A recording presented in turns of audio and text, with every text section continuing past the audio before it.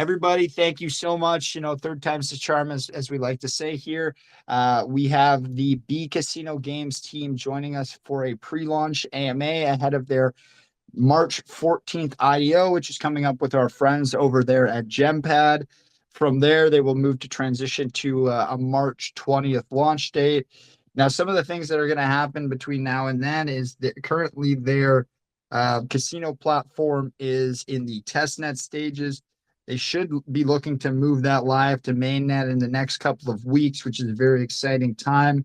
What B Casino Games is, if I didn't already give it away, is they're looking to build out a person versus person, player versus player casino platform. And that's the big differentiator. The concept, the house always wins. Well, these guys are looking to combine, familiar elements of Gamblefy and GameFi, but put it more in the user's hands and have the house essentially play less of a role within this.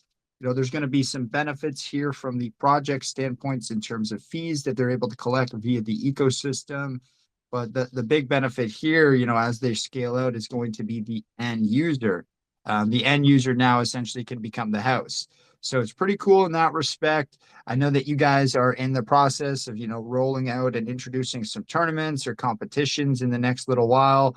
You have your Bfluencer program, which I know affiliate programs, referral programs are huge within this sector. So excited to know a little bit more about how that's going to roll out and how users and people who help participate can benefit. But yeah, really excited to have the team here today.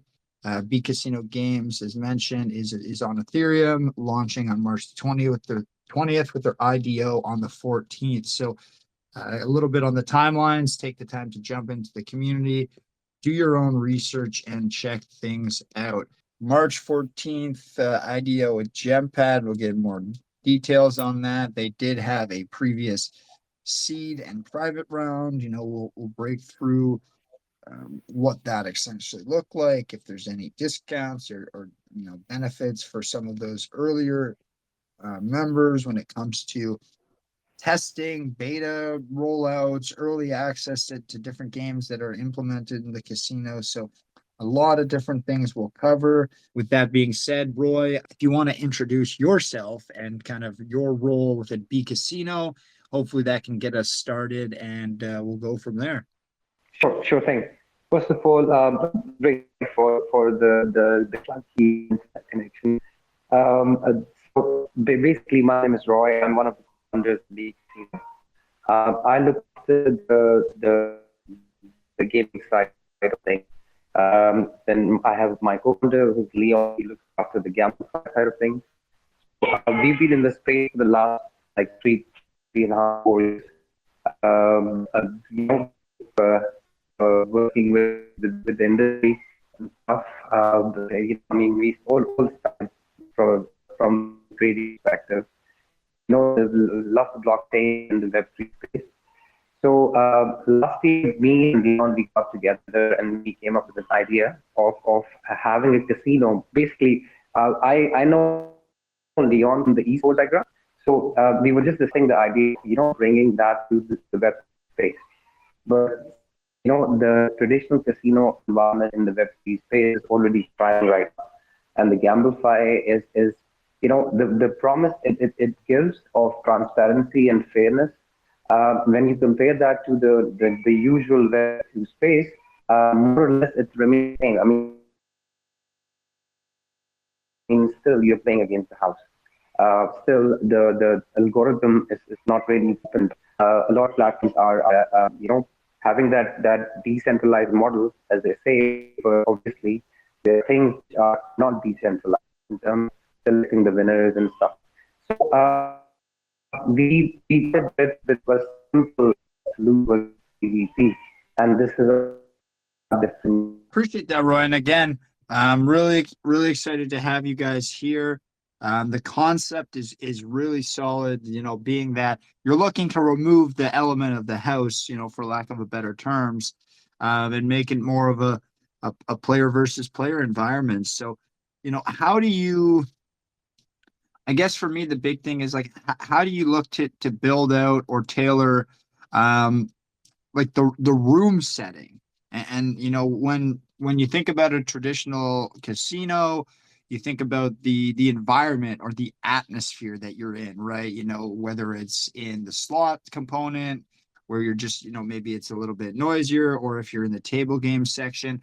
So just trying to figure out like how you guys are building up the player experience or the user experience to like match what you would see in a traditional sense of a casino, because like that's how you're going to be able to onboard when we're talking about web 2 Could you, three, you know, showing that similar experience, could having you that. please add Leon as well?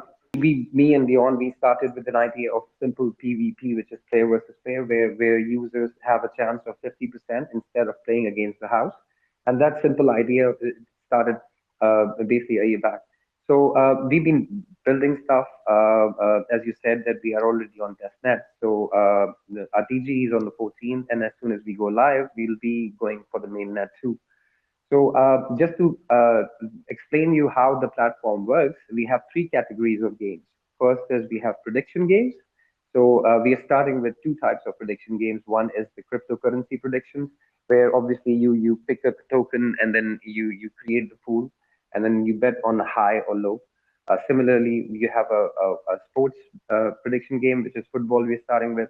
This is really interesting. You have like plenty of options to, just like in the Web2 environment, when you do a sports betting, especially for football. So you have plenty of options to bet on. So how we are doing it is like in a match, if you go and select a match, then you have plenty of options like how many number of corners in a match is going to be, or a number of goals, how many red cards or yellow cards a player is going to have.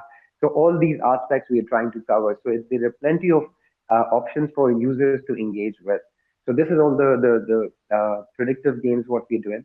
Then we have the next category, which is Unity games. So you remember we used to play all these traditional games when we were young, rock paper scissors, dice. Then we have Marble Rush, we have Tetris, we have simple old-fashioned games. So how we doing this is that we have that two-player environment where player one and player two can compete against each other uh, a game of skill instead of a game of chance. So here we have best of three, best of five, and best of 10, 7, and where two players can compete against each other, and the winner will obviously win the pot. Then the third category is simple, straightforward card games where we have fake poker rooms, we have roulette, and all the other blackjack and all the other games. So the third category will be live once we go on mainnet. Will be live in a month or so. But for now, we are starting with the two categories what we have in app. So these are the games we are playing with. Now, in order to bring that transparency factor, obviously there are a few games we have like jackpot, or when we talk about the cryptocurrency predictions, these games are not PvP. So here we're obviously for cryptocurrency prices, obviously they're out there in the market, so we're using a data feed. But for football, at the same time, we have this a high and low where you can predict number of goals with data feeds we can have. So what we're trying to achieve with these games is obviously we're going to go from there and move towards the virtual reality side when we launch our third category. So that will take a month or so. So this is a simple, straightforward use case of player versus player. And in order to attract or our go-to market strategy is that we are starting with a B-Buzz roll drop program. So we just started that last week. We have some social tasks. The Zeely is live as well. People can do the tasks over there. I mean, we have already community pretty active over there, trying to organize all those tasks. So we have testnets. That's going live on the 8th of March, and then we'll have some testnet tasks. And then once we are live on the main net, then we will have the main net tasks. So this roll drop campaign is we are starting with season one. This is just to get people to interact with our platform. But in all, we have about 25% of our supply dedicated for rewards. Yeah. So this is something that we're going to be using that throughout the year. in different seasons, mostly in the tournaments, in the leaderboard. Wherever people are engaging or interacting with the platform, they will get some rewards. So the second is we have a access pass. That access pass, we have like a golden bee NFT pass But or a silver bee I didn't NFT want pass. to cut you off or anything, but just while we're on the topic, I do always try and jump into questions when things are on topic, so we're not like going back. But I wanted to go in and cover off with you, if we could, a little bit on the rewards aspect. The fact that you guys have Sure. the allocated that percentage. For me, it's more so on the essentially the sustainability, or how you guys are replenishing the rewards, so that, say for example, if you guys have the 25%, over the first couple of months you guys pay out roughly like 6 to 7%. We're just all hypotheticals right now. You pay out 6 or 7%, so you got about like 18, 19% remaining of the reward supply. How, as a project, do you guys get additional funding in, so that, like, maybe you'd be able to get it from like 19, where it's dropped to, back up to like 21? Is there a mechanism that you have within the ecosystem, or the different games, utilities, that are putting fees or keeping fees flowing in that rewards wallet? Because the reason I ask is, and I'm sure you guys have seen this, is in the past, projects will launch, whether it's GameFi, whether it's, a casino project, but once that reward, 30, 40% rewards run out, the project really hits the, stagnation, and starts to kind of die off from there. So it's important that you're able to replenish and sustain the rewards for longevity. So that is really where I wanted to focus on the rewards side. Excellent question. So when I said 25% of the supply is dedicated for reward, what I meant was that this is not the wallet where we are paying the users their sort of the revenue sharing structure, where we are sharing the revenue with our ecosystem partners. So the reward pool is something else. This is only for the community to reward them on time to time. I would rather call that airdrops or roll drops. And right now, what the season one which we are starting, as you said, we are starting with 4% of it, and this is going to go for the next 4 months.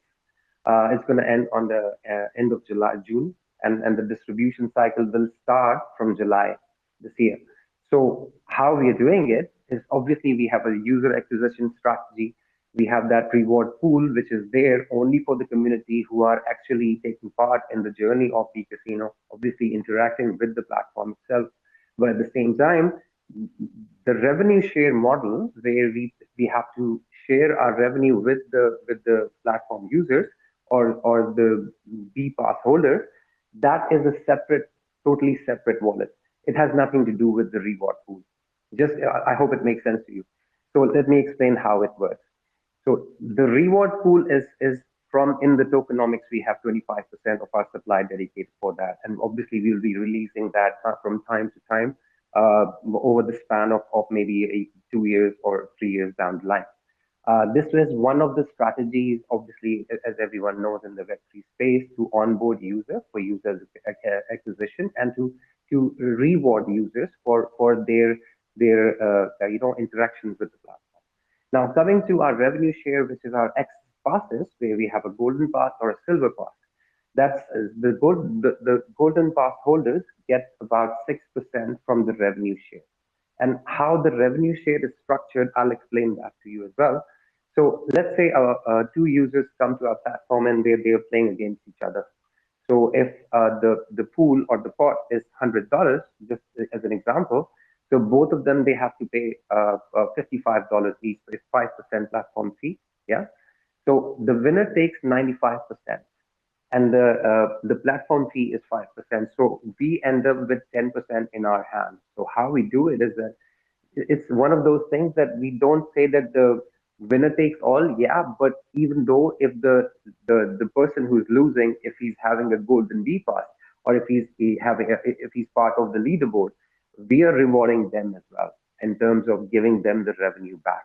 So we have 6% in the golden B. We have about 2% in 3% in the silver B, and then there's 1% for the leaderboard. I think there's a breakup for that. If you can go to the white paper, you will see how the entire revenue share model is structured. So this wallet will only end or finish or be empty when there is no interactions or there is no one playing the game. Because whenever somebody's playing, the revenue wallet will obviously have something to share with. So how we are strategizing the entire execution with our go-to-market strategy is we have two areas where we can pull in the users from. One is obviously the GameFi side. So we are collaborating with few Twitch streamers, talking to obviously, I can't name at the moment, but very soon in a week's time, we'll be making an announcement with a very big GameFi platform. We are integrating their wallet as a service. We are integrating their interoperability feature as well. So that's the big news which is coming out from our side. And that same our partner is really heavy on the GameFi side when it comes to user acquisition. So we have a long-term plans with these kind of projects and these kind of organizations to work with and bring in some user base for it and some interactions on the platform, more traffic on the platform.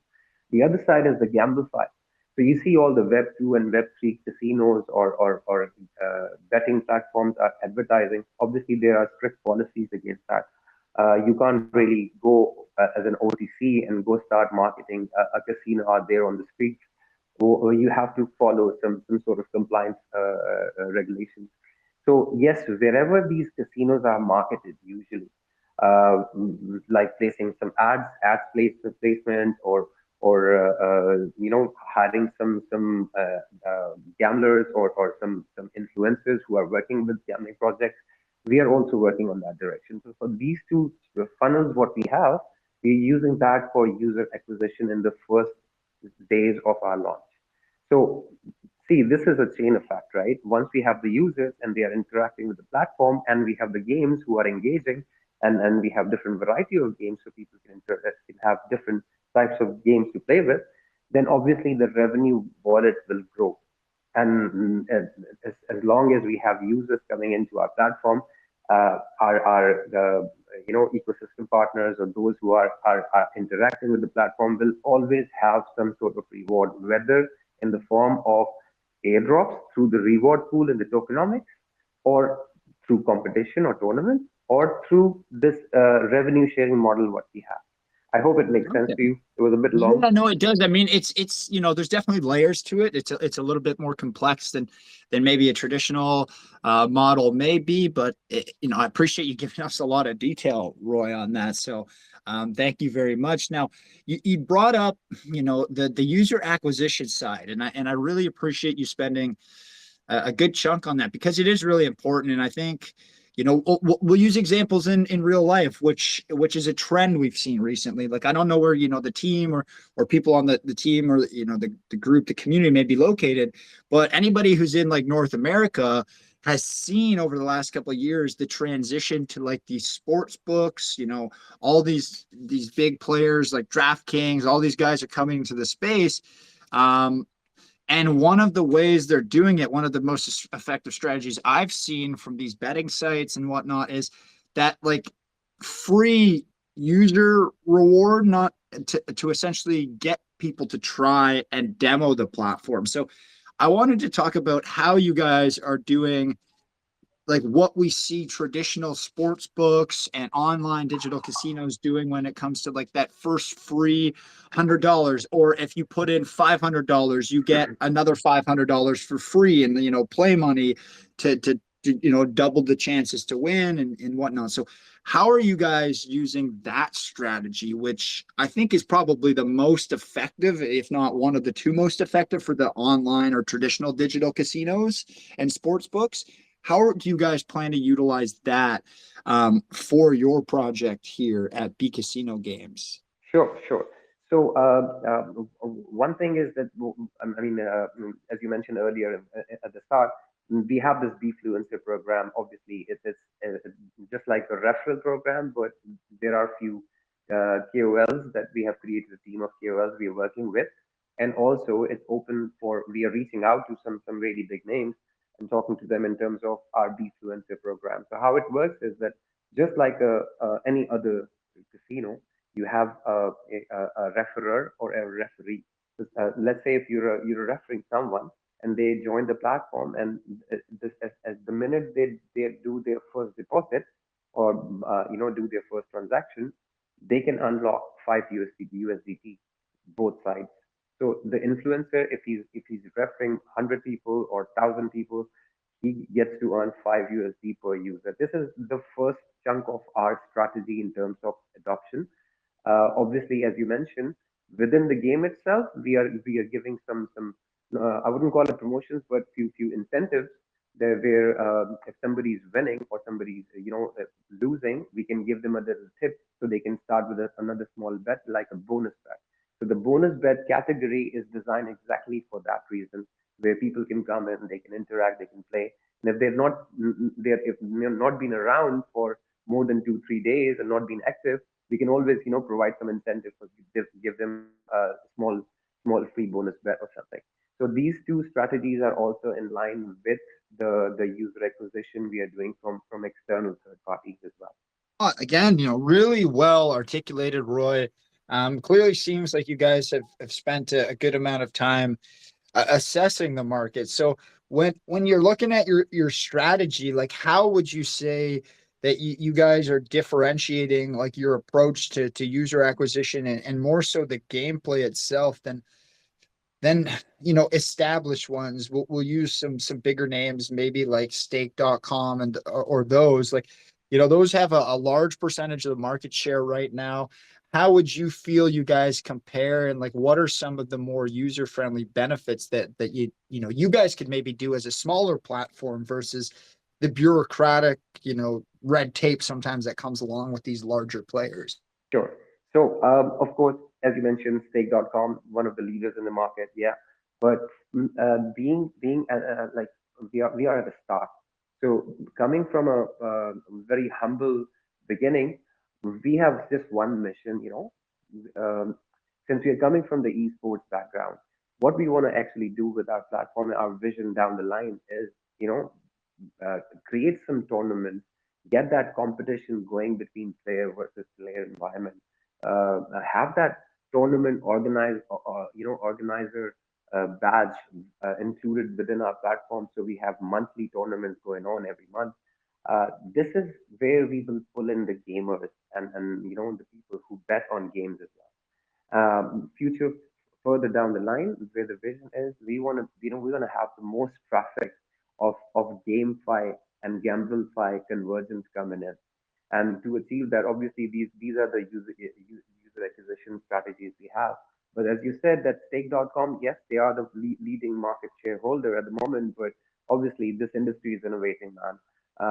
We're trying to be as transparent and as fair for the community, and we have one philosophy of giving back to our community in terms of revenue share, in terms of reward, and also it's like a family thing. If you go around right now on our TG, you will see an active, thriving community every single day. It's just like when they wake up, people start talking to each other as if they are friends for forever, kind of thing. So this is the kind of synergy and the environment we want to build within our community. And also, if you go to our website, you will see within the landing page or the platform where you play games, you have on the right hand side, you have a chat environment where while you're playing, you get to chat with your friends. You can invite friends to have a quick bet as well.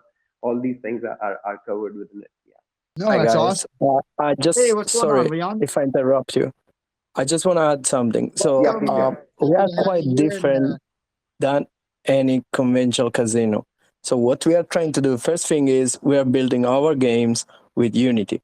So it's more a graphic games that it's like it's quite different. We are trying to combine Nakamoto games with classic games from casino. So we will have different section. You will have the arcade area where you can find the Tetris games, pinball, all of this 80s and 90s where you used to bet against your friend maybe in the mall, and also classic games from casino. So it's something that is not in the market yet, and that's where we are pointing basically. In terms of the bandwidth right now, like if you guys on your test net, like what player numbers have you been able to see in the testnet stages? Have you been able to maximize it? Have you done any true stress tests where you're really just trying to push the capacity of the platform? Just really trying to figure out like what you guys have done in terms of usage, bandwidth, and then that plays into what you guys are doing with your user acquisition as you continue to onboard new people.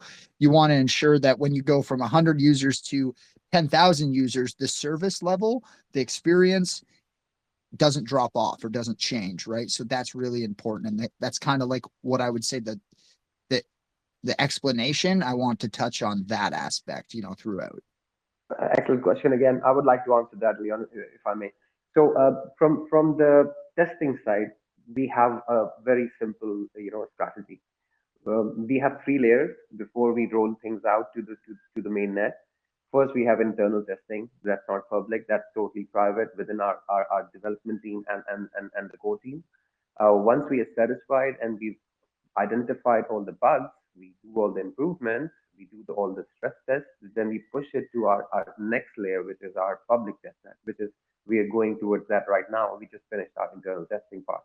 Once we are live on public testnet, obviously there again we have a incentivized testnet where we encourage people to come and highlight the bugs if they find any. Once that is done, we go to the main net.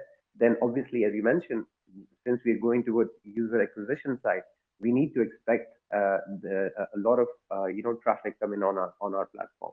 And for that, we are already talking to big firms like Omnisia and others to have the three types of tests for like a stress test, like a pressure test, and all those tests available in the market in order to sustain the number of users coming in and doing transactions.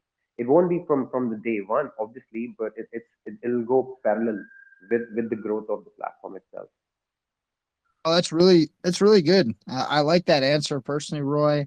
It seems like you guys have really studied this sector and this market and understand, some of the challenges and complexities when it comes to scaling, within the Gamblify or GameFi space. So now, Gamblify side, with the casino makes sense. The gamify aspect, I'm curious how you guys are looking to build that out from a competition standpoint. Are you guys going to be, is it going to be leaderboard? Are you guys going to be talking about, most money earned, top earners across the different sectors of games that you guys are offering? Maybe the individual has the highest win rate on a particular game of chance. Like just trying to figure out exactly how you're gamifying the experience and then making like essentially pushing the competition around the gamification aspect. Okay, so in order to create that environment for competition among all the users, the most important thing what we came up with was having those tournaments and competitions every month, as you mentioned, leaderboard. So how the entire cycle works is those people who are playing every day, they go to the leaderboard, and from the leaderboard we have like let's say a threshold of top 100 from the leaderboard can take part in the tournament. So this gives encouragement for others to go up in the top 100 so they can also be part of the tournament itself. And then we have some other teams coming up like from external outside the platform for the tournaments as well. So the tournaments and competitions are one very strong strategy that we have in order to bring that competition between users when it comes to games. I would say that it's similar to, for us it's similar to esports betting games, right? You organize it, esports betting competition. It's like a tournament. You have different teams participating in that. You have prizes to win, and then it's more of a very competitive sort of environment, and that's where we will champion in the start. And this is where the GameFi aspect will really flourish. Really, again, it seems like the strategy, I always joke, Roy, and I kind of said, 2024 for me is going to be like the year of the why. Really just, pushing the community and pushing teams to lay out in detail, articulate their thought process well. And then if it makes sense, I think, it connects that much better for users who are listening. So, it does seem like you guys have done a good job assessing the strategy and kind of taking some stuff that maybe hasn't worked in different projects that have launched in the past, and then tailoring your approach a little bit more uniquely to fit the crypto space. Because Web 2, Web 3 are very different. I think people who try and take one of the approaches for the other sector don't often have success. So you kind of have to have the best of both worlds. And I like one more thing I would like to add. Yeah, go ahead. One more thing I would like to add, Maurice, is to the extent that the future integrations on our platform, for example, our wallet, that's nearly invisible for any user. It's like we're trying to make it so simple for even a Web2 user for onboarding. Like in our roadmap, we have future on-ramp solutions as well. We're talking to few service providers as well. So in whole, what we're trying to do is, considering the vision where we want to achieve, and aligning all the bits and pieces along the way when the right time comes. So starting with obviously the wallet integration, the interoperability, and then going down the line, obviously we want to consider all those technical integrations wherever possible in order to onboard the Web 2 and the Web 3 users both, and make it so simple that they don't really see that they're using a wallet itself. No seed phrases, no need for all these things. And again, like I do like what you guys have done. I actually wanted to, Roy, if you could maybe go back to the name, because I asked you to how you guys pronounce it and like what you would like to be branded by, but I'm really curious that the origin and a little bit more on the background in terms of your branding, your logo, and the naming side. I'm a big branding guy, so for a lot of people who always wonder why I ask these questions, branding, that's the emotional side of marketing. Branding is how you form a connection with people. And I always use the easiest example is just like the whole PlayStation versus Xbox thing. Well, often if you ask somebody who's a gamer about one, if they play that one, then you ask them about the other, they'll be like, that console sucks, right? So it's that emotional connection, that branding that I wanted to kind of go into you with a little bit here, Roy. Okay. So, and as you know, so we had to have that differentiator. Yeah. I mean, we didn't want to be classified as strictly gambling platform. Also, we have that GameFi flavor as well. So we wanted to be in the middle of things, and be itself, the thought process behind having that name is, bees are usually, they attract and they go towards their hive. And we consider the entire platform as the hive, and we get all the users coming in as the bee to the platform. So this is how the initial thought process was. So this is how we started, but it was recommended and voted by everyone from the team. And Leon was the one who came up with the idea. Leon, would you like to say something about the name itself? To be honest, it just came to my mind because it sounds good, and it's a good brand that you can sell. Also, you can use as we were saying, the let's say the pot. You always win the pot, so it's related to bees. We have the hive points in our ecosystem. So basically, it's we are trying to brand it as much as we can, because obviously we will point on that. I mean, there is many casinos that they honestly they don't show much in branding, and that's why basically, in my opinion, they are also failing. But that's what I saw in my idea anyway. Yeah, we want to be around for more than a cycle, to start with. That's what we have in mind. I like that. And like I said earlier, the website, the brand, essentially how everything comes across, very clean, very functional, easy to navigate. And that's also important, right? Because we're in Web3. You guys are building out a digital casino in a sense, but like there's the majority of the money in that sector that still exists in the market is still from Web 2. So the way you guys have structured your website, it's very clean. There's not a lot of emphasis in the early stages on, you have to connect a wallet. So it really gets people to immerse themselves within the platform. And then, on the back end, they'll probably realize, oh shit, this is crypto. And then you guys can kind of help out with the onboarding aspect, because I think for me, a lot of these websites, information's tough, they're difficult to navigate. And I think they miss a lot of those potential Web 2 users who could come in just because of confusion. So, you guys have done a good job. Everything's clean, easy to see, easy to function. And I wanted to kind of transition to how you're leveraging your Bfluencer program to help grow and push the Web 2 strength as well. Okay, so Bfluencer is as I mentioned, similar to a referral program. But obviously, we have the leaderboard, we have the ranks for influencers who are taking part in the Bfluencer program, and the more the users you send to or bring to our platform, you go up in the ranks, and then that's when you earn the highest in terms of your reward, and the rewards are in USDT. So we did a comparative analysis in terms of what even to stake.com as well, how much they are paying for their influencers or for their referral program, and we're trying to match that as well. So usually on an average is about 5 USDT each for each user. And when you talk about influencers, they don't talk in one or two. They bring hundreds and thousands of users to the platform. So for Bfluencers, we have targeted, as I mentioned, we have a list of KOLs that we are working with already.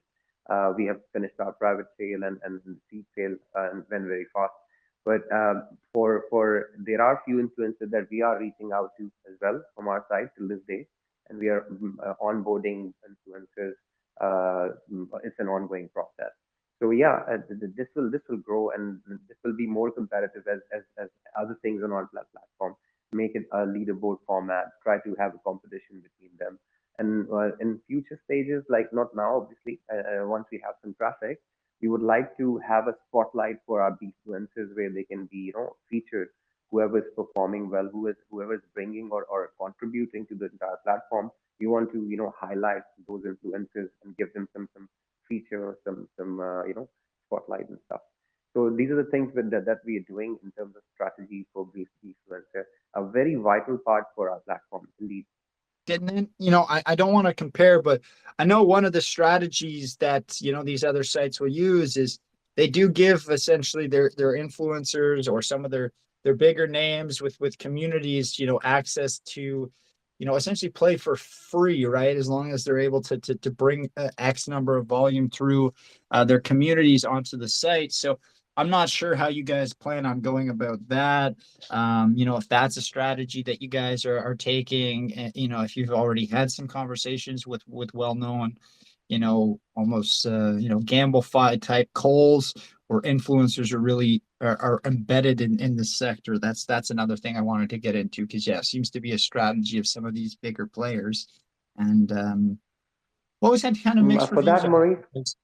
Like if somebody's playing with sorry. free money and then somebody risks money that's a community member, I've never been a fan of sometimes how these stake influencers position their bets, because a lot of the times I know it's not their money or they're out of their pocket. It's just from the site. So I think perception or almost deception, depending on how you understand the industry, rubs people the wrong way with those bigger sites. So I was curious if you guys plan on trying to take a different approach than them there.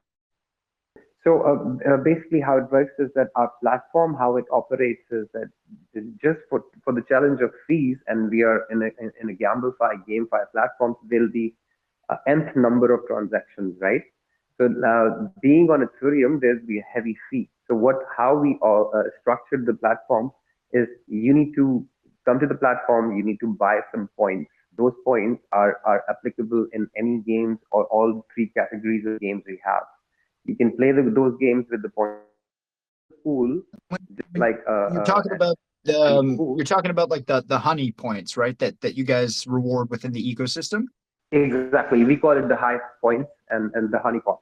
So the honey pot we have is the thorium pot, and that's where you buy those points, the high points.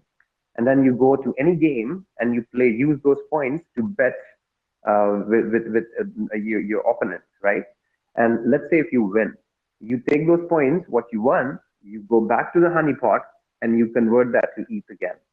So the reason why I'm telling you is that for high points are one of those bonuses that we are giving to our influencers and their referees, those who are there bringing. We are giving them to them so they can go and play in the platform for free. But obviously they have to perform some tasks initially in order to prove the interaction they did with the platform. So, but yes, as you mentioned, there are few bonus games available for the influencers and the people who are recommended or somebody who comes through a reference of someone. So we are working on that, and obviously this will innovate as we grow. Of that, and it's also good to have those point systems in place, just regards to like token and chart stress, right? Because the more you can remove having to utilize the B token, again, it just reduces chart stress if so that's really good to understand how the points are utilized and can kind of almost be redeemed, for lack of a better term, within B Casino, and the influencers program. So no, I really appreciate you going into some detail with that, Roy. Now, again, correct me if I'm mistaken, but from listening to the space that you guys had, I thought you kind of hinted at a potential Beavers. Now, I don't know if this is a full like too far down the roadmap, too far down the line to jump into, but I'm assuming just based on the name and how it sounds would be some kind of like a metaverse based casino where people can interact and do it more in like an immersive environment. So wanted to kind of pick your brain on that a little bit if I could. Sure. So, as I mentioned about in the next 2 months, we'll be rolling out our virtual reality environment. This is where we have poker rooms, roulette, and all the card games or the casino games. Yeah. So this is what we call B word, and the B token utility comes from that part of the environment, the metaverse. This is where users they can use the tokens to buy skins, do different things and stuff, get access to the casino, to the metaverse, to tables and stuff. So yeah, this is the Beaverse is actually the poker rooms we have, the roulette environment. It's just like a virtual reality, just like a casino, but in the metaverse side. So that we will be rolling that out in future and most probably in Q2 of 2024. In terms of like presence in the industry, there's a lot of conferences, there's a lot of different IRL events, networking type of deals that happen, especially within this sector. So what are you guys doing from that aspect to like really increase your presence? Are you guys planning on attending any of these trade shows geared towards like crypto or even more traditional like casino or gambling based trade shows, like to maybe start to grow your brand within that traditional Web 2 side of things, like just trying to see how you guys are going to scale and start growing awareness in more Sure. of the So IRL capacity. yeah, so yeah, and I mean, we just attended an event about 2 days back in London. Leon was there, so he went to that event. It's called FinTech Europe or something. So it was really great experience. And then yes, having those events on our pipeline is definitely something that we are looking forward to. See, it's really hard when it comes to Gamblify events. It's very rare that you see them as compared to the Web3 events. I mean, Web3 events are everywhere nowadays, yeah. But strictly Gamblify events are very, very exclusive. So we are identifying those ones which are, directly related to us when it comes to Web3 and Gamblify. But on the GameFi side, yes, we are aligning few events and our presence there in the event as well. We're trying to work with few GameFi publishers. There's one of them is Game Tree Studio. So yeah, it's supposed to start a gaming model. They have a really good networking database in terms of publishing. So working with them as well at the same time, they also take part in different events and then different trade shows and stuff. So in all, we've already started that event presence already. And in the future, yes, we will be going to different events, but our having our presence there, like as a sponsor, we would go for it when we see the ROI coming out from there. But obviously, we believe in the networking part, yeah. So we will be present in the events, in most of the events, wherever we can go, if it's achievable for us. I love that. Yeah, now for me, like I know there's an example that you guys have referenced on your Twitter page, and I believe it was like an FC Barcelona versus Real Madrid match.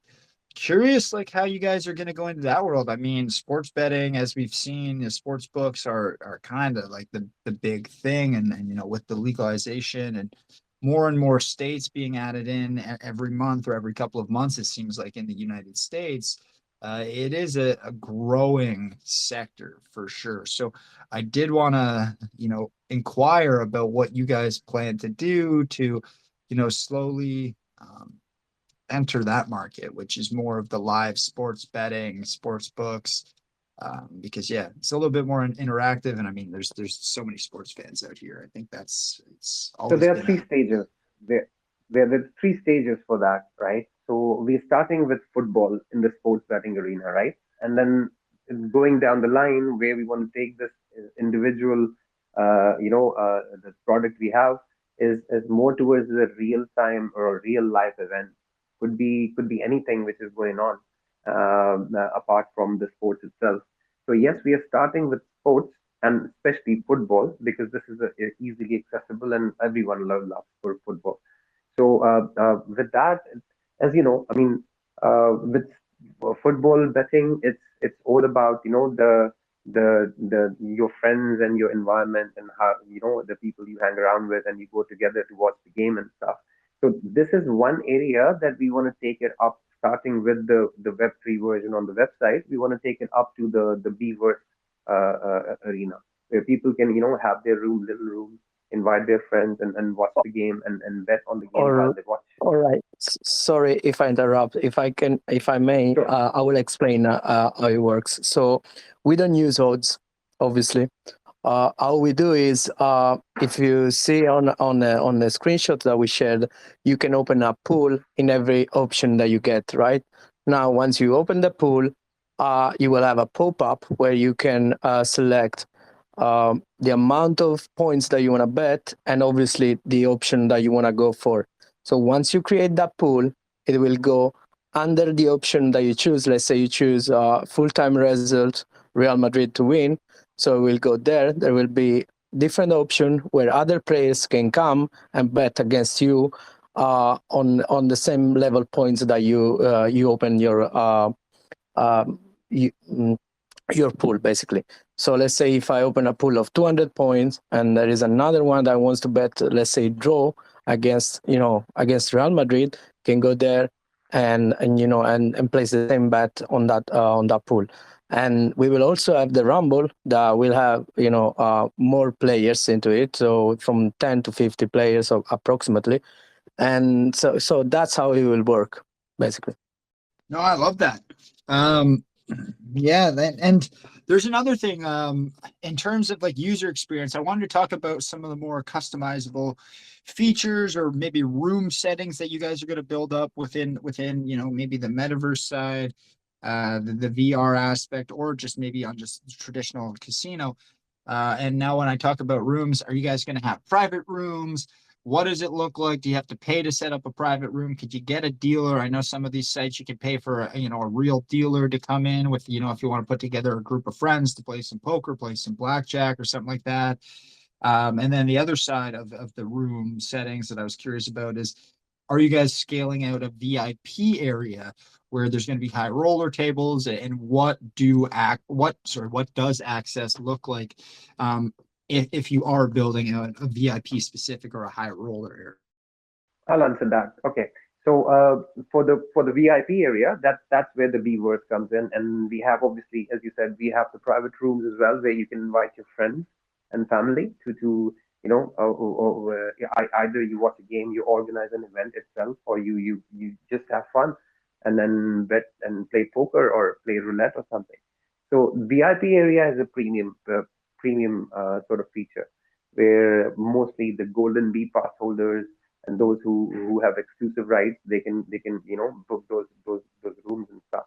But at the same time, this entire metaverse philosophy is it's like the avatar base. It won't be having, just like, you see a lot of platforms having those real hosts, or dealing and doing the poker thing. But for us, I mean, it's more towards the gaming side. So we will be using the Unity and the metaverse environment to have that augmented reality instead of having the real flavor of the casino itself.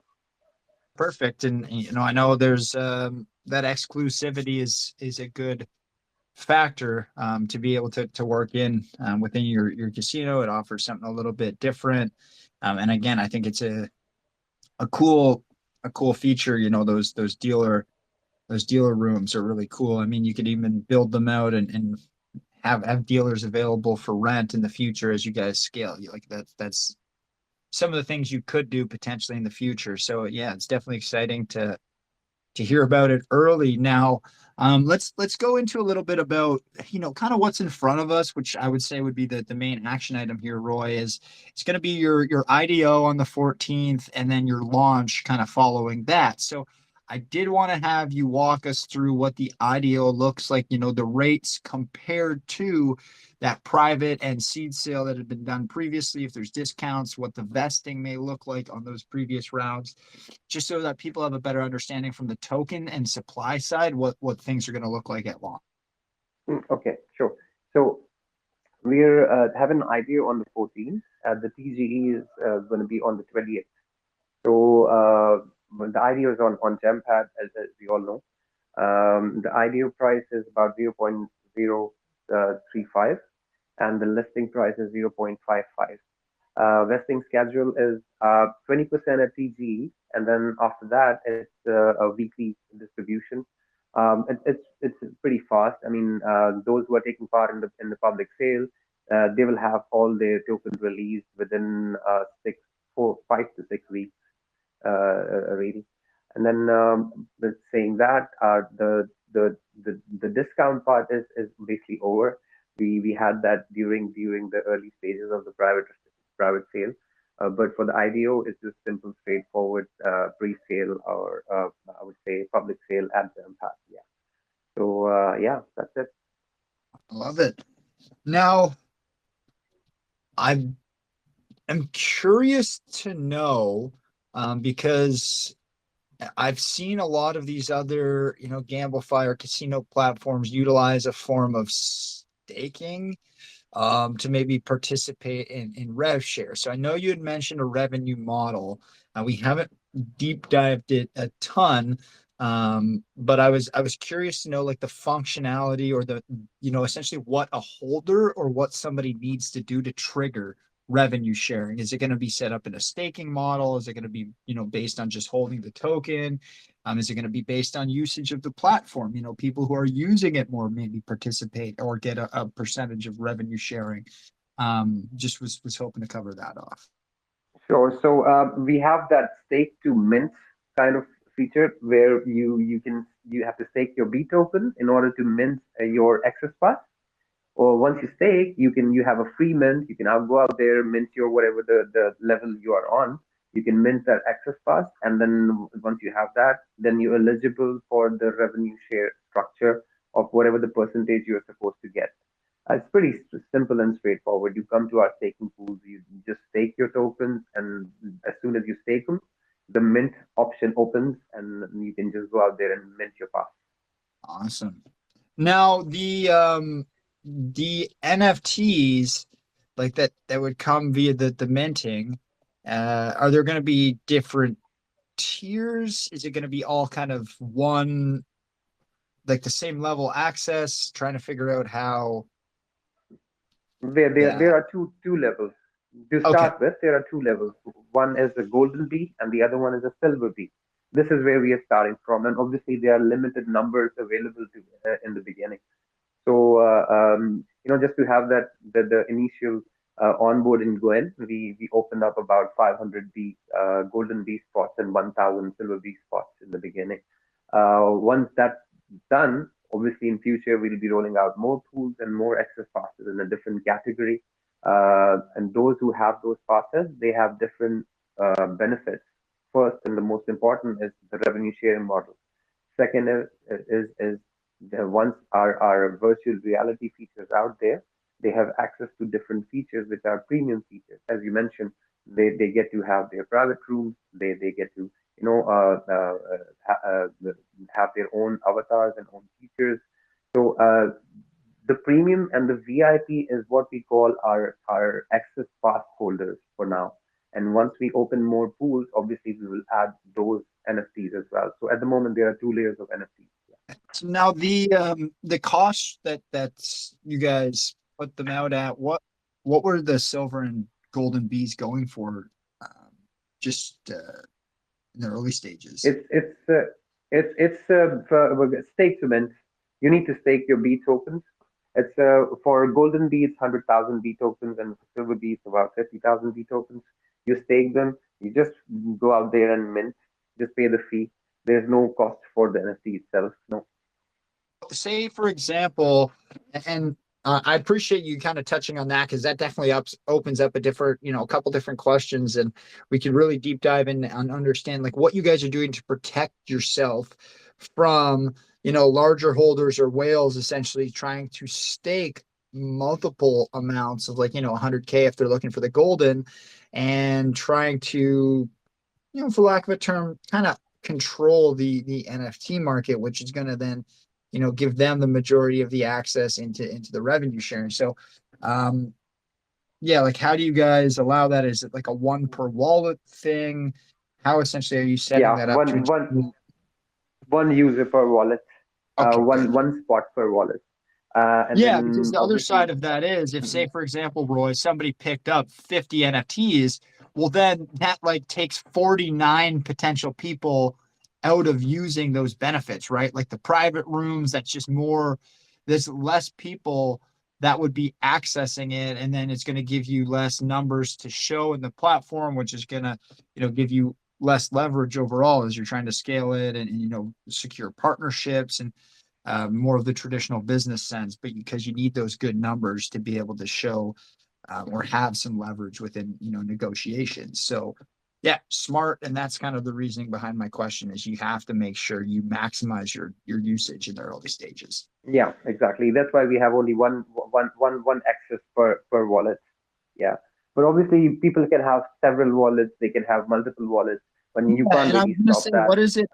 what does it look like on the secondary market? Are the NFTs potentially available? Are you guys gonna have your own, in-house marketplace, or like almost OTC deal set up where somebody could, message another user within B Casino and look to purchase the NFTs? And again, same reasoning from my last question is you want to ideally, if you keep it in house like that, you're hoping the person who purchases it is going to use it, and you want to maximize the usage in the early stages. Yes, so there are these NFTs are access passes. They are not tradable. Once you have that access pass, and once you unstake, it burns itself. So it's like a mint and burn kind of feature. So the minute you stake, you mint, and the minute you unstake, you have to burn it. You have to deposit the NFT to unstake. So this way, let's say there are X number of spots available, right? Let's say 1,000. The 1,000th user, if he unstakes, he has to burn that spot and burn that NFT, and then it creates another spot open for the new user to come in and stake and mint his share of access pass. So it's mostly towards the user side. If somebody just wants to keep it and wait for someday that the worth of this NFT will be very high, We're not having that feature at this moment. We don't have the tradable feature for the NFTs and no marketplaces as such. Yes, but once we start that metaverse site, that's when we will have a little, inventory for the skins and the special, magic spells and all the fun items you can have in the marketplaces. But for the excess part, it's strictly for the usage of it. If you just want to keep it and earn the revenue share, you can do that, no problem. But as long as you have it in your wallet, you will be eligible for the revenue share. Once you unstake it, your wallet will be out of it, and then the new person will come in and join. And now, so the way that the burn, so if an NFT is burned, for example, is a new NFT generated so that the number of, golden bees is maintained at 500, or is an NFT essentially taken out of distribution long term because of that? So I'm just trying to figure out how the replenishment works, or if the unstaking and burning aspect will slowly dwindle the number of No, NFTs in circulation. no. So how it works is that let's say we have like 500 total spots, right? Just give an example. So as soon as a person unstakes or burns the NFT, another NFT is minted, and it'll wait for the next person to join in and stake, so he can mint that the new one. So it never reduces the amount or the quantity of the NFT or the excess pass. It always stays constant, fixed. Now, on the flip side of that, can you stake within the protocol for less than the required amount to secure an NFT? I think you said 100,000 and 50,000. So what if you only had 25,000 tokens and you wanted to stake them within the protocol? Can you, or are you only able to participate if you own a certain amount to secure an NFT? So for now, we are starting with obviously gold and silver. Once we open that bronze category, obviously you can stake a little less and earn a little less. So we can give access to more people to come in and take part in the revenue share model as well, and have access to different features and stuff. But obviously there will be more pools. The golden and silver, or the two pools we have, this is just for the start. And as we grow, as we have more user acquisition, as we have more games coming out to the platform, more tournaments, more more fun and activities. This pool, number of pools will obviously add on, and will be more NFTs and more access passes for more people. Awesome. No, and again, I appreciate you kind of going through the process. Just really want to understand and make sure that everybody listening in understands how to participate, and then how the flow works for that. So yeah, really good detail there, Roy, from your end, and I appreciate you kind of answering all my questions that I had with regards to the stake to mint Awesome. functionality you had set up. Now I'm kind of just going through the white paper here, just always like to have that up and reference to make sure there's major components of the AMA that we're going into. Did you want to, I know you introduced us earlier on, maybe about 35 minutes ago, to the different game sectors that you guys have. Now, I don't know if you wanted to go into additional detail on any of the games themselves, payouts, or thresholds that needed to be met overall within games. Yeah, just kind of curious if there's any additional detail we missed, or if you want to deep dive anything further. The one question I did also have for you on top of that would be, new games. What's the process to onboard or integrate a new game? How do you guys handle community suggestions for games, or things that they would maybe like to see added in or incorporated into B Casino? Okay, so to add few more games to the platform, I mean, for now we are starting with more than 10 games, and in the Unity category, we have like starting with two games in the predictive areas, where we have cryptocurrencies and football. Then obviously going down the line, the virtual reality. But the gist of all is, how do we grow the games and stuff, and who decides which games to come? That's a great question. And this is where the idea of access pass is to convert those access passes into the voting rights and create a DAO in future and in later stages, right? This is where people have the right to select which sports they want to pick for to create a pool. They can raise a proposal. They will have voting rights, as we mentioned about the staking pool. So the DAO will cover in future. The DAO will cover the entire what we call the honeypot, as well as the more features we add on the platform, more games we add on the platform. It is a community driven platform for us. I mean, for us, the most important part or the most important puzzle in the entire ecosystem is the community we work with. So for us, yes, and this is going to be a community governed project in future, transparent, open, and fair. Love that. No, I'm really, again, I think the back and forth, you guys definitely have a good enough suite of games to launch, but there's always, everybody probably has a favorite game or something that they personally love to play when they're at the casino. So, understanding how you guys are going to maybe add an additional in the future and utilize that community strength and voice to go through the process. So yeah, no, I appreciate that from your end with regards We are to also service. talking to our community as well and our followers. I mean, there was a tweet yesterday asking our community what game do they want to see on our platform next. So we keep doing all these things just to hear what the community really want to see, and we are very fast on implementing those games. From the development perspective, I mean, we have a team of two different teams, right? We have a team which works strictly on the Unity side. We have the other team which strictly works on the blockchain side of things. So for us to roll out games every month, it's pretty easy. We are targeting about 4 games a month, every month, rolling out, and maybe more as well. Oh, I love that. Now milestones, like how are you guys, going about, like, do you need to hit certain user numbers within the platform, within the casino before you're going to look to expand or add in additional features? Or is it just something that like you're, kind of consistently developing and rolling out in the background? I know projects have different mentalities and different approaches to, growth. So I just wanted to see how you guys are going to Okay, stagger it. this is a little more like very daring and fun. So how we did it, it was a reverse strategy. Instead of having a threshold on a number of people who join and then we release a feature, what we're doing is that we are having a roadmap of what we need to do and aligning it as per the user acquisition plan we have, right? So let's say that we're going to be rolling out the virtual reality environment in future in the next 2 3 months time.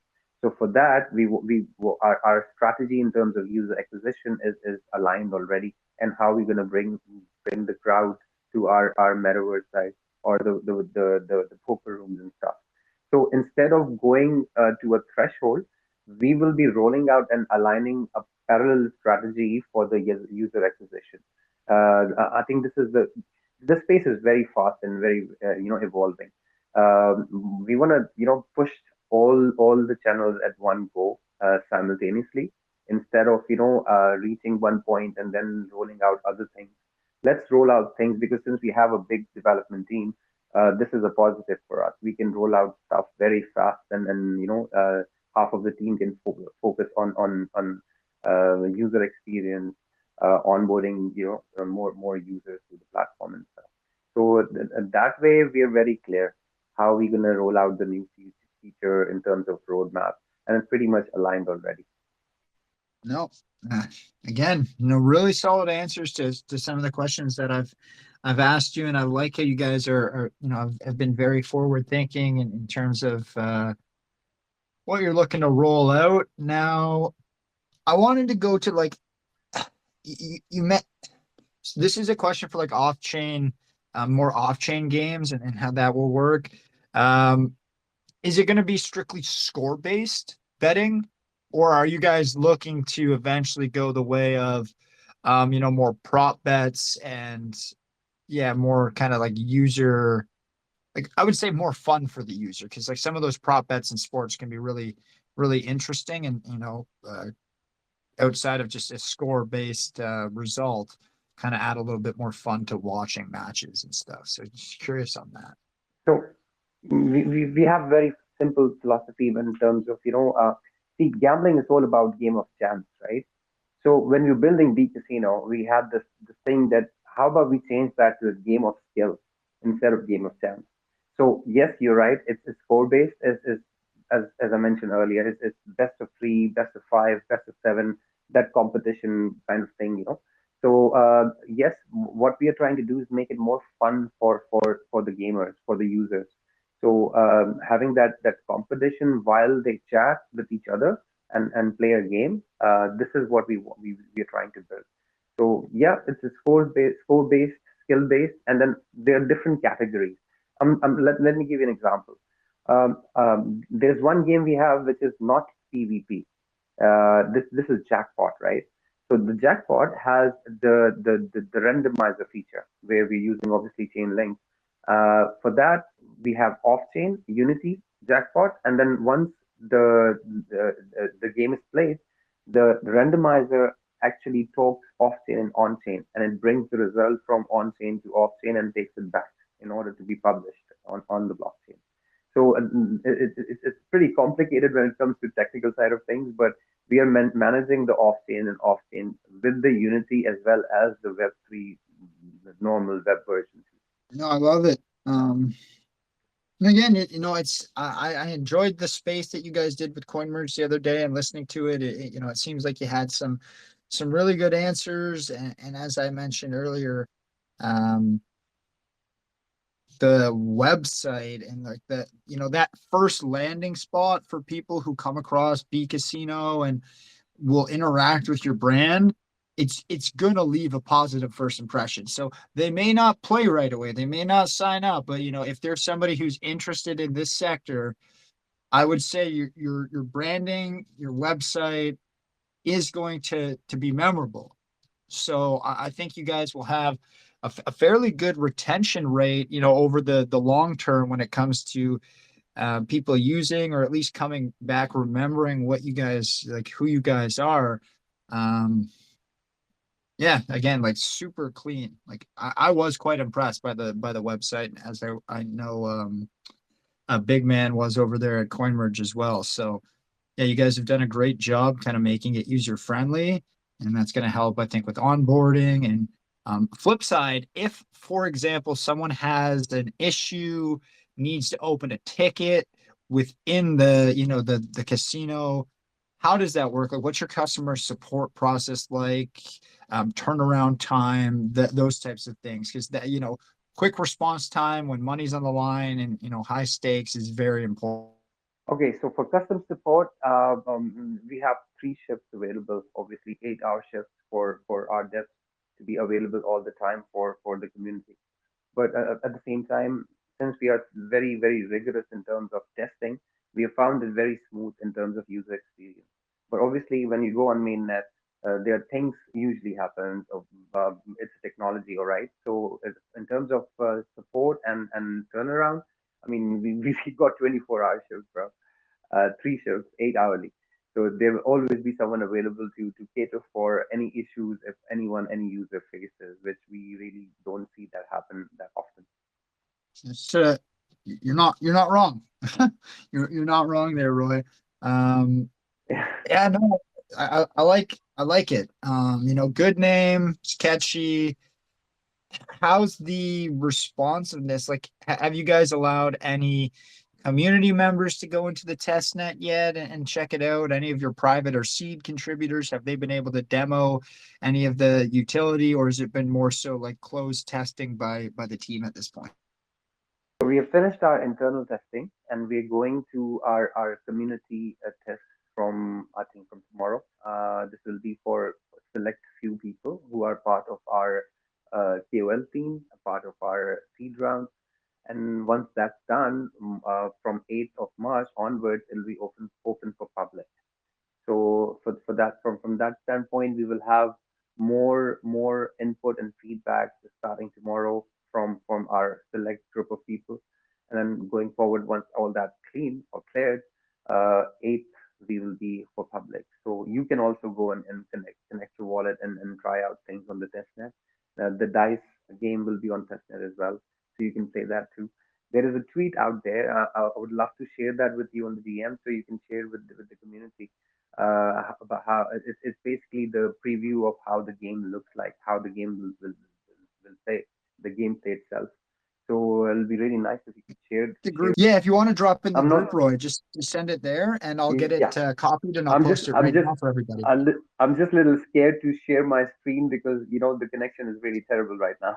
Yeah, no, don't even worry about it. I'll get it posted and that way everybody can kind of check it out and reference back on their own time. That's not the worst option. Okay, so I've dropped it in the group. So if you guys go to the B Casino post that's on the channel, it should be the most recent comment on the bottom for me. Just giving you guys a sneak peek of what's in the store. So that is on the comments section on the channel. It'll be the bottom post right now in the B Casino AMA. Yeah, definitely go check that out. I'm kind of just looking at it now. Sorry if I seem a little distracted. I was just kind of checking out the tweet myself. Go for it. What that's all about.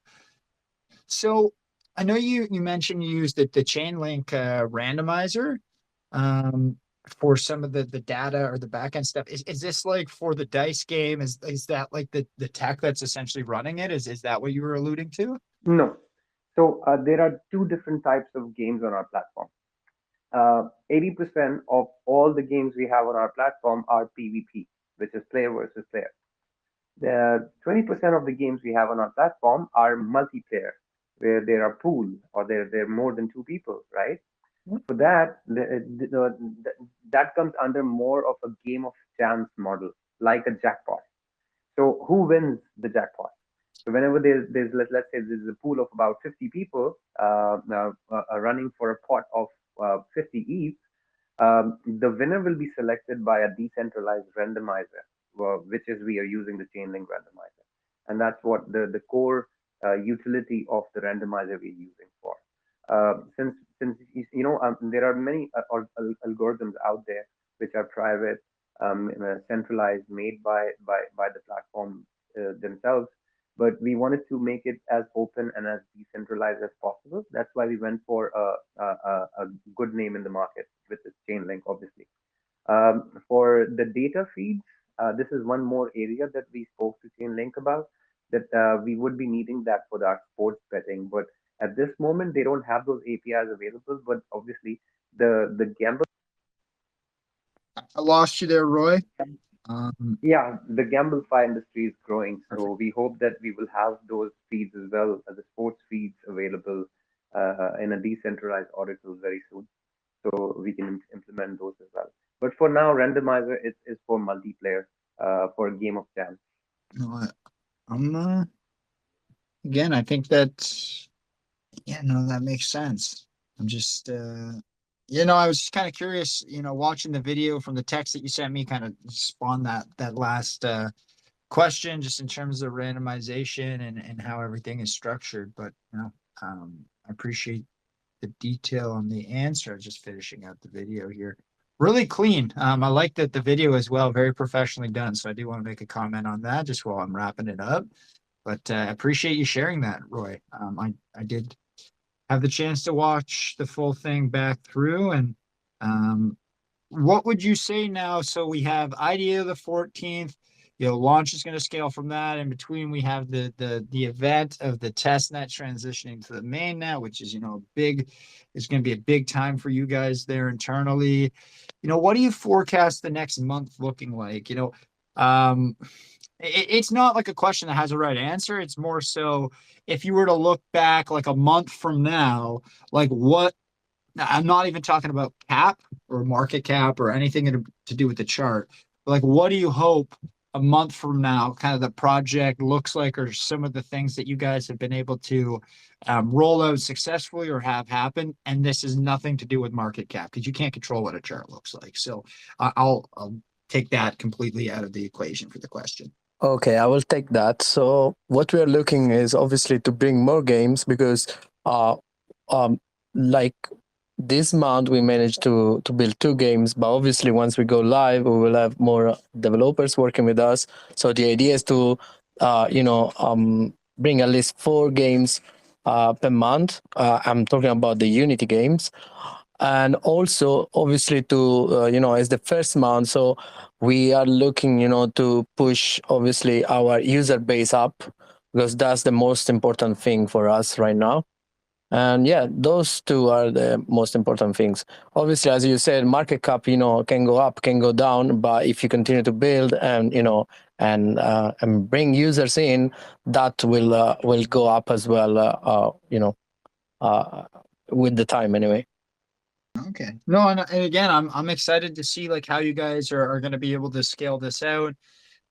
Still in the early stages. I know there's going to be some big marketing pushes coming around that GemPad IDO, around the launch, and as you guys get the testnet geared over to mainnet. So it does seem like a great time to be hearing about this one. We're almost, we're over a week away from the IDO itself, and then we're even farther out from launch. So with that being said, I like it because it gives people time to go into the community, really interact, really engage with what you guys are building. If they have any additional questions, they can get it covered off. But I think with a project like this, you alluded to the fact you've been building and, behind the scenes for some time on the testnet and on the branding, on the name, everything in the behind the scenes, you want to make sure that, the response is there. Yeah. So I mean, personally, I like what you guys have built. I like the branding, the website, and the responses that you've given around some of the sustainability, some of the rewards aspects, the multi tokens, and how those will like kind of benefit users and help reduce the stress on the chart, which is a big concern sometimes with gamification or gamified projects. So I like that you guys are, thoughtful of that and really trying to keep that in mind as you guys grow. Now, yeah, no, like personally for me, good AMA, good context, good responses. And I've always said crypto and gambling or crypto and the casino do make sense. Like it's two sectors that go hand in hand, I think, pretty well. So I'm excited to see what you guys are able to do. Now, I think the one question I did see from some people that was a bit more of a commonality was why Ethereum versus maybe a different chain. So I think that was one of the questions that we didn't really get to. Just as gas may continue to increase, they're just hopeful that that doesn't limit or hinder people coming in and interacting with the utilities, the games themselves. All right. So obviously, because I will give you a few answers with that. So initially, because obviously, the majority of whales are dead anyway. Secondly, is because we obviously are EVM and we want to go for other chains. We already have in mind other chains, but how we want to do is that we don't want to just deploy there, and be one of the projects. First, we want to build, our community and our user base so that we can go to this chain and obviously showcase what we are doing and get some support from this chain as well. Yeah, I mean, these are two of the points. Regarding the platform, also, obviously, as we were saying, is that, yes, we are on it, but with the system points, that's why we implemented that, so we can, assure our gamers and our users that they won't pay much gas fees, because the only time that they will do transaction is when they deposit and withdraw from our platform. Perfect. Now, is there thresholds that need to be hit so that you guys are able to save on those gas fees per transaction or anything? Okay, so we are, to be honest, in talk with a few few companies that they can also provide, to minimize also the, the gas fee for the deposit and withdraw. Currently, we can't share much because we are still in talk with them, but we've been thinking about that as well, to be honest, so that, we can minimize all the gas fee on our platform. So yeah, no, those gas dexes or aggregators are pretty cool. They definitely seem like they'll grow in traction as well as nobody wants to pay $300 for a swap in the future, even more. I know NFTs were $300 yesterday just to swap them, I think at peak, maybe 310. I heard somebody say they had to pay to mint one. So yeah, that's not cheap. That's definitely not cheap. So if you guys could get a good partner or a good provider in place on the gas reduction side or gas aggregation to reduce that for end users and ultimately for the project, that could be a good benefit too, and give you a little bit more likelihood to if somebody's on the fence and it comes down to 20, 30, 40 extra dollars in gas, maybe making or breaking it, that's really going to help you guys for the everyday user, right? So good, good stuff. Now, I mean, we only scheduled these for about 60, 90 minutes. And I did mention it'd be about maybe 75, 80. After, we did have that 30-minute delay just with Telegram not really working off the bat. So we're at about 90 minutes now. Really enjoyed the discussion. I've worked in a couple of different community questions that have been sent over to me throughout. But, from you guys, or from your guys' end at the project side, do you think there's anything we missed that you really wanted to cover off? Any important action items that you didn't want to leave on the table between now and, when you guys are going to start your IDO? It is on GemPad. So for anybody who's curious, very familiar platform here. We love what those guys are doing over there, have a good relationship with them. So if you're looking to participate, that's going to be where you can find the IDO. But yeah, no, any kind of anything we missed, anything you wanted to get out? I think we had a good discussion, but there's always more. That's the nice thing about utility projects. I would like to add here, Maurice. Definitely, before the IDO, would love to invite everyone who's listening to come to our community, go to our Medium, join the ZD campaign. We have this B-Bus roll drop going on. Interact, do some social tasks, interact with our testnet, see how it feels like, get a feel of things. And then give us your feedback. Let us know. We are all ears. We want to listen to you guys and see how we can improve things. Awesome. And Leon, again, if you wanted to jump on, if there's anything you think that we missed here throughout the AMA, I personally really enjoyed it. And again, thank you both for your patience. I know Telegram has been a bit of an issue today. I was talking to my coordinator, Buck, who hosted a call on another channel previously, and he said he got dropped 3 times as the host and probably had his mic go on mute 20. So I'm like, well, we're not having it that bad, at least over here. So, it could be worse always. You got to look at the positive side, but very much enjoyed the AMA. And yeah, great AMA. I'll pass you the mic to officially close out on behalf of B Casino Games, but you guys have done a great job, and I really did enjoy the opportunity to deep dive you after, tuning into that space yesterday. So thank you both for coming by, and I appreciate you being so understanding with the fact that Telegram sometimes sucks. Thanks a lot. Thank you, Maurice. Thank you for your time. Thanks a lot, everyone. Thanks for listening. Thank you, guys. It was really nice to be here, and we talk soon anyway again.